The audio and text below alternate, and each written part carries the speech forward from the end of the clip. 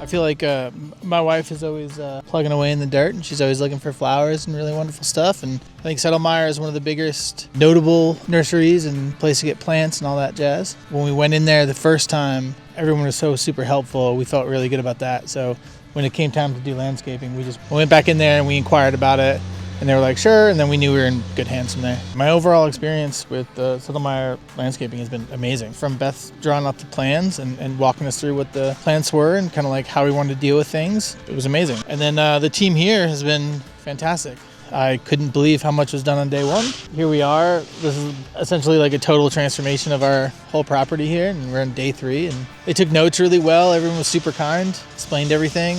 I couldn't think of like a better partner to have for the care of our lawn and kind of like moving forward and taking care of our plants. And I'm sure keeping up with the landscaping in the future, I couldn't imagine having a better partner in that.